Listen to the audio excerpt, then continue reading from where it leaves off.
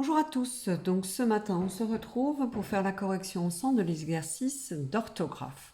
Alors vous avez donc tous lu le texte que je vous ai donné et puis je vous demandais dans un premier temps de souligner donc tous les noms et tous les adjectifs qui sont au pluriel dans le texte, de les souligner avec leur déterminant, puisque c'est le déterminant qui vous permet aussi de savoir si le nom qui est derrière est au singulier, s'il n'y en a qu'un, ou est au pluriel quand on y en a plusieurs.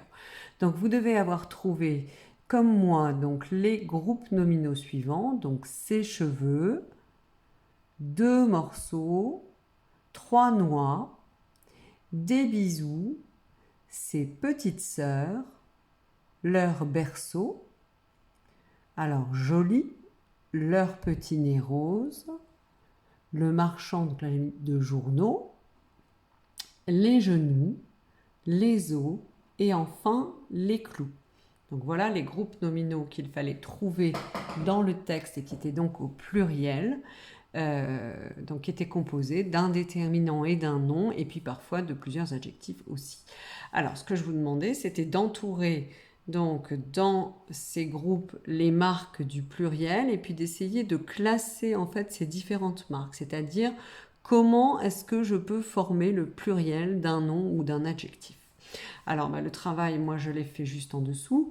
Donc si vous observez, j'ai mis ensemble des bisous, ses petites sœurs, jolies, et puis les clous. Et donc j'ai remarqué que pour passer ici au pluriel, il avait suffi d'ajouter un S au singulier. La deuxième colonne que j'ai faite, c'est ses cheveux, 2 morceaux, leur berceau et les genoux. Là, en fait, pour passer au pluriel, ce n'est plus la lettre S qu'on a ajoutée au nom, mais c'est la lettre X. J'ai enfin trouvé 3 noix, leur petit nez rose, donc leur nez et les os. Alors là, j'ai remarqué qu'en fait, quand je les écris au singulier, une noix, un nez et puis un os, en fait, le singulier ne change pas du pluriel, ou le pluriel ne change pas du singulier. C'est-à-dire que les noms se terminent ici par un X, un Z et un S, et on ne rajoute pas de marque de pluriel derrière. Et enfin, la quatrième façon de former le pluriel que j'ai trouvé dans ce texte, c'est le mot des journaux. Alors, donc si je le remets au singulier comme je vous avais demandé, donc c'était bien un journal. Donc là, j'ai un journal qui s'est transformé complètement, donc là, pour la terminaison, qui est devenu des journaux. Donc à partir de ces quatre façons de former le pluriel, je voulais vous rappeler les règles que vous connaissez quand même globalement pour former le pluriel des noms et des adjectifs.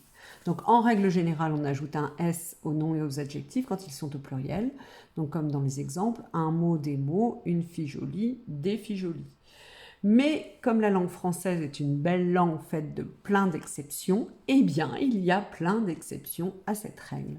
Donc la première qu'on a observée, c'est que les noms qui se terminent par les lettres S, X ou Z au singulier ne changent pas au pluriel. Donc là, j'ai remis les exemples, une noix, des noix, un tapis, des tapis, et puis un nez, des nez. Les noms qui se terminent en O, AU, O, EAU et E, EU prennent souvent un X au pluriel. Je vous ai mis des exemples, un tuyau, des tuyaux, un château, des châteaux, un cheveu, des cheveux. Et enfin, les noms qui se terminent en AL au singulier font généralement leur pluriel en O, AUX. Exemple, un journal, des journaux, un cheval, des chevaux.